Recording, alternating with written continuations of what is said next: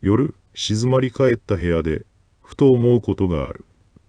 なぜ、あの人と一緒にいると、あんなに恥ずかしい気持ちになるのだろう。口を開けば、昔の自慢話。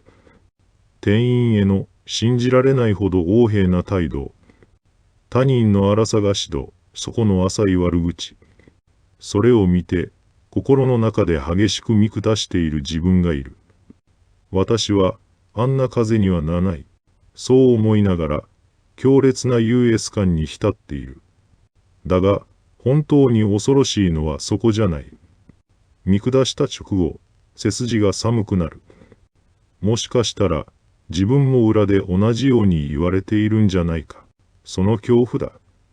50代、60代になり、誰も本当のことを言ってくれなくなった。傷つきたくないから、みんな笑顔で話を合わせる。裏では品のない人と切り捨てているのに、他人の醜さを見て安心し、自分の老後不安から目を手向けている。それが、私たちが隠している残酷な本音だ。年をとって一緒にいるのが恥ずかしい人間になる理由は、たった一つ。自分の価値が暴落したことを死んでも認められないからだ。なぜ彼らは、あんな行動をするのか。肩書きを失った男たちの悲鳴。定年後、人間関係は一気に変わる。昨日まで部長と呼ばれていた男が、今日からわだだの高齢者になる。日本の社会は、会社という組織の中でしか生きられない人間を大量に生み出してきた。居酒屋で、若い店員に説教を始める男がいる。俺の若い頃はお前の態度は何だ。見苦しい。本当に、見ていて恥ずかしい。心理学的に見れば、あれはただの悲鳴だ。誰からも認められなくなったことく。社会から必要とされていないという焦り。それが店員を見下すという一番安易な方法で吹き出している。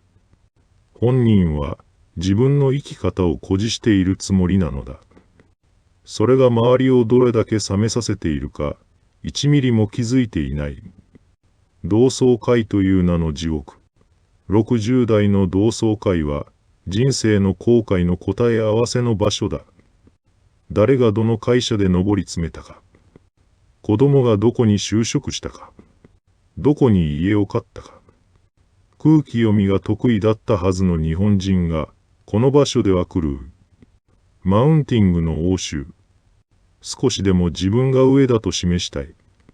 惨めな自分を世間体の鎧で隠したい。最近、暇でさと言いながら、高級時計をちらつかせる。うちの息子がさと、聞かれてもないのに自慢を始める。痛々しい。彼らが戦っているのは、目の前の友人ではない。自分の人生はこれで良かったのだろうがという、内なるファンだ。LINEの中に溢れる承認欲求。人間関係を壊すのは、リアルな場所だけではない。スマホの画面でも、恥ずかしい行動は繰り返される。送られてくる、どうでもいい日常の写真。中高年の LINE にありがちな、長文のポエム。返信が遅れると、怒ってる、と催促してくる。孤独に耐えられないのだ。自分が無視されることが、存在を否定されることと同じになっている。相手の都合を考える余裕すらない。ただ私を見てくれという、幼児のような欲求が、シワの刻まれた顔の裏側で暴れている。無自覚という名の病、最も残酷な現実を言おう。彼らはわざとやっているのではない。本気で、良いことをしていると思っている。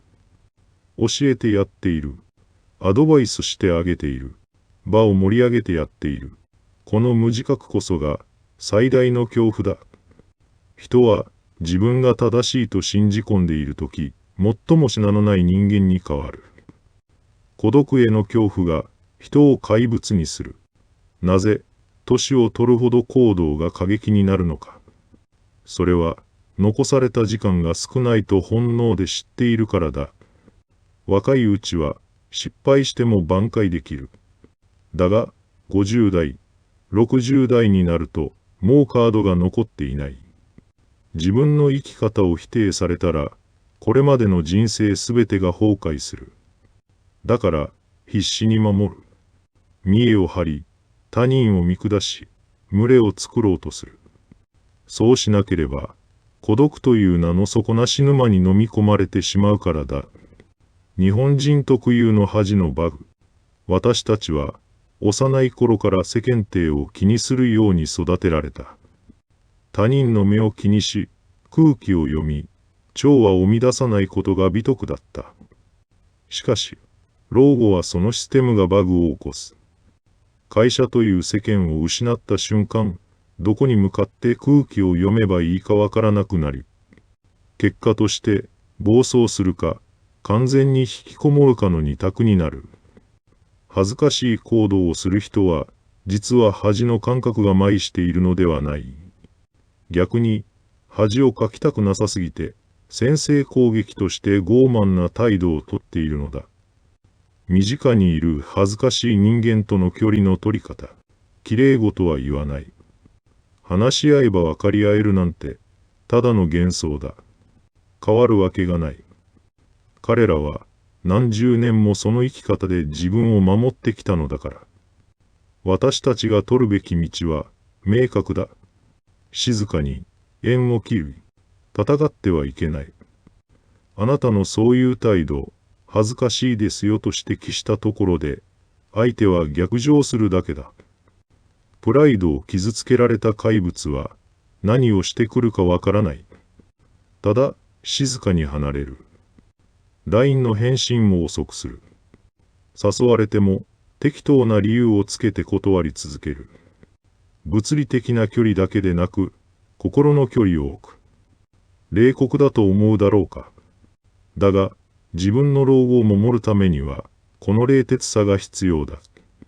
品のない人間に、あなたの貴重な時間を1秒たりとも切り売りしてはいけない。群れるのをやめる。孤独を恐れて、変な集まりに顔を出すのをやめることだ。定年後のサークル、地域の意味のない集まり。そこにいるのは、同じように孤独を埋めたいだけの人間かもしれない。集まれば、必ずマウンティングが始まる。誰が上で、誰が下か。そんな不毛な人間関係に消耗するくらいなら、一人でいる方が100倍増しだ。見栄をすべて捨てる。他人を反面教師にする。彼らがなぜ恥ずかしいか。それは自分を大きく見せようとしているからだ。ならば、自分は徹底的に小さく生きればいい。過去の栄光、会社の肩書き、世間体。そんなものは、ゴミ箱に捨ててしまえばいい。私は何者でもない。ただの老人だ。そう認めることができた瞬間、人は驚くほど軽くなる。他人を見下す必要も、自慢をする必要も、一切なくなる。人間は騙せない。20代の若さや30代の財力は、努力や運で手に入る。だが、50代、60代の品の良さだけは、それまでの生き方すべてが滲み出たものだ。どんなに高級な服を着ていても、どんなに立派な家に乗っていても、言葉遣い一つ、店員への視線一つで、中身が透けて見える。年を取ってから人間の品は隠せない。私たちは、どちらの人間として、残りの人生を歩むのだろうか。静かに自分に問いかけるだけでいい。